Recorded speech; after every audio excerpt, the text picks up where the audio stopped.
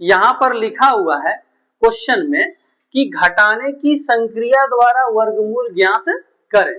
ठीक है, तो घटाने की किस तरह से, तो देखिएगा रूट अंडर 121 है ना, 121 का आपको वर्गमूल निकालना, आपको पता होगा कि 11 होता है, तो घटाने की प्रक्रिया से कैसे उसको समझते हैं।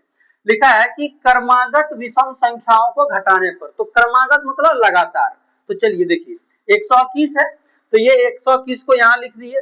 देखिए फर्स्ट नंबर में तो 121 में देखिएगा -1 की, क्योंकि जो विषम संख्या होता है एक से स्टार्ट होता है, एक घटाए तो 121 में एक घटा तो 120 हो गया। 120 में देखना एक के बाद 3 होता है 117 हो गया। फिर देखिएगा 117 लिखे 3 के बाद 5 होता है तो 5 देखिए माइनस की तो 112 हो गया। फिर देखिएगा 112 लिखे तो माइनस इसमें देखिएगा 5 के बाद 7 होता है तो उसके बाद देखिएगा 105 है ना, 7 घटाए 112 में तो 105 हो गया। ठीक है, तो फिर 100 यहाँ पर देखिएगा 105 है तो 105 में 7 के बाद 9 घटा 196।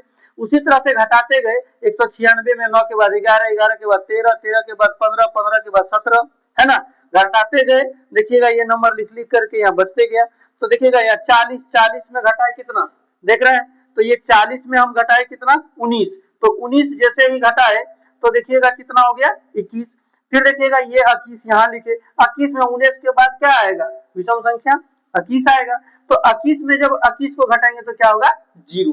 तो आपको इस तरह से घटाते तब तक चलना है जब तक 9 की 0 आ जाए। ठीक है, जैसे ही 0 आ जाएगा तो यहां से अब आपका रुक गया, जैसे रुक गया तो देखिए कितना बार में हुआ, कितना बार में हुआ आप गिनती कर लीजिए है ना, 1 2 3 4 5 6 7 8 9 10 11, 11 बार में क्या आ गया 0, यानी कि 11 बार में जब आया तो 121 का है ना जो वर्गमूल होगा वो क्या हो जाएगा 11 हो जाएगा।